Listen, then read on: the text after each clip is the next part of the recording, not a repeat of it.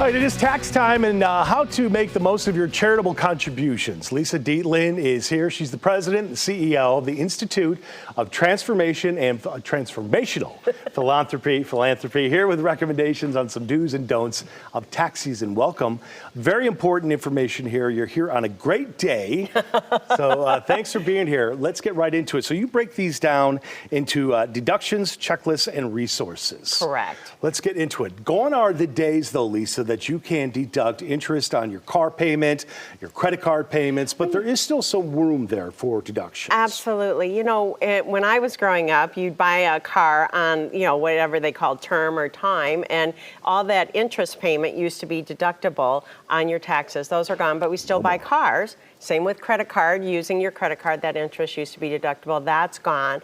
And even political donations used to be in some states deductible, and that's gone. But what's still here is, you know, the interest on your mortgage payment is still deductible, and charitable donations. What you give to charity can be counted against your tax burden. We have some graphics here and some bullet points, so let's get right into them. Again, let's start with deductions. What are your recommendations, your thoughts on deductions again? I think that people need to keep really good records. We need to obviously track what we're giving. If you give over $250, you should be getting a tax receipt from the nonprofit organization. Put that in the file. Put that in the file. Sometimes we might miss it because it looks like the appeals, you know, will come in the same envelope from your church, your house of worship, your favorite nonprofit organization. Remember, you can donate gifts in kind. Yes, let's get into that, but you have to be particular about how you do that. The IRS has changed the rules on that, and they've said you have to not only give the quantity, but the condition that it was in. No longer can you say, I donated a box of goods. You have to say, I donated 32 sweaters and 14 pieces of silverware. And they are in pretty good condition.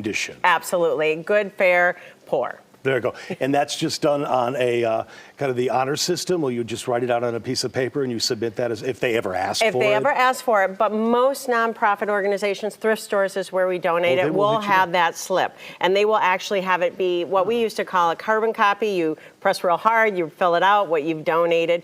A lot of people just donate and run, and I always say, take a moment, find that clipboard. They usually have them all preloaded with the organization's name and address, and then you just have to fill in what you've donated. That's a huge point, because my wife and I, when we do donate clothing, we usually will send it to the vets, or there's a box in our neighborhood, and there's no slip that comes with the box. No, there isn't. Right? So you absolutely should document that on the date and the time and the location. All right, let's get into the checklist, because those are important factors as well. What are your thoughts on that checklist that you need to work your way through?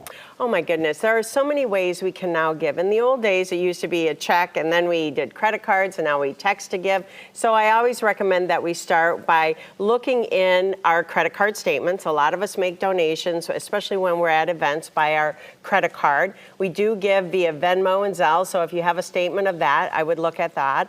Your text to give, I would also recommend that you do the look through your texts. You know, did they respond to you? When you gave money, did you get that automated receipt back? And your emails. A lot of times, you know, we're getting appeals via email, and we click and we donate, and the receipt comes and we forget about it, and it might even go to our junk box. And the people who are still using checkbooks. I love those people. I just wrote a check this week, and I think you have to look through your check registry. Yeah, always a good idea.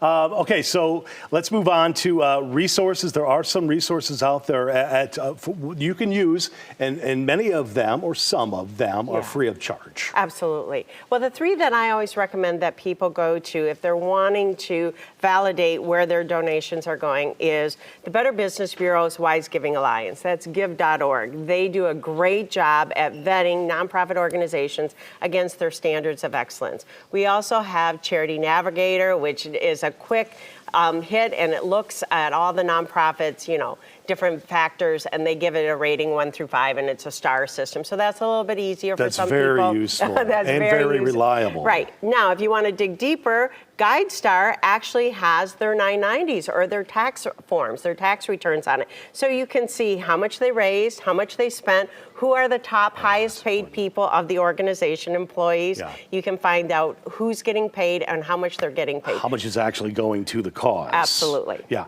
And I like this one here, the Donor Bill of Rights. What's that about? Oh, my goodness. Most people don't realize there is a donor bill of rights and that you have rights as somebody who contributes to a nonprofit organization to be informed of where your donation was, to what it was spent on, to actually get a receipt if it's spent over $250 that you've donated, that you have rights, that donor just can't take the money and run. I just heard a story about a friend of mine made a donation and the person spent it on something totally different and said, well, you kind of signed this form and it said, and or other things. And he said, I'm not giving to you again. And I said, you're right, because you have a donor bill of rights. You have rights that say where you want your donation to go is where it should go. Okay, so real quick, in the unlikely event, if somebody files electronically online, in the unlikely event that they get audited by the IRS, should they make that fight themselves or hire a professional? Oh my gosh.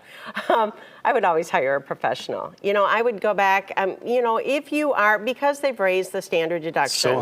So high. It's almost, 28, 29,000 for a couple, about 14,000 for an individual. I always say, consult with your financial tax preparer, your financial advisor, and if you do get audited, hire an attorney. We all get audited at some point or other in our lives. I've been audited, and I'm in this business, and I hired an attorney. So I would recommend. Very good. We thank you so much for your time. All very useful info. For more on this, check out social media or just go to the source, lisadietlin.com. Take care. You too.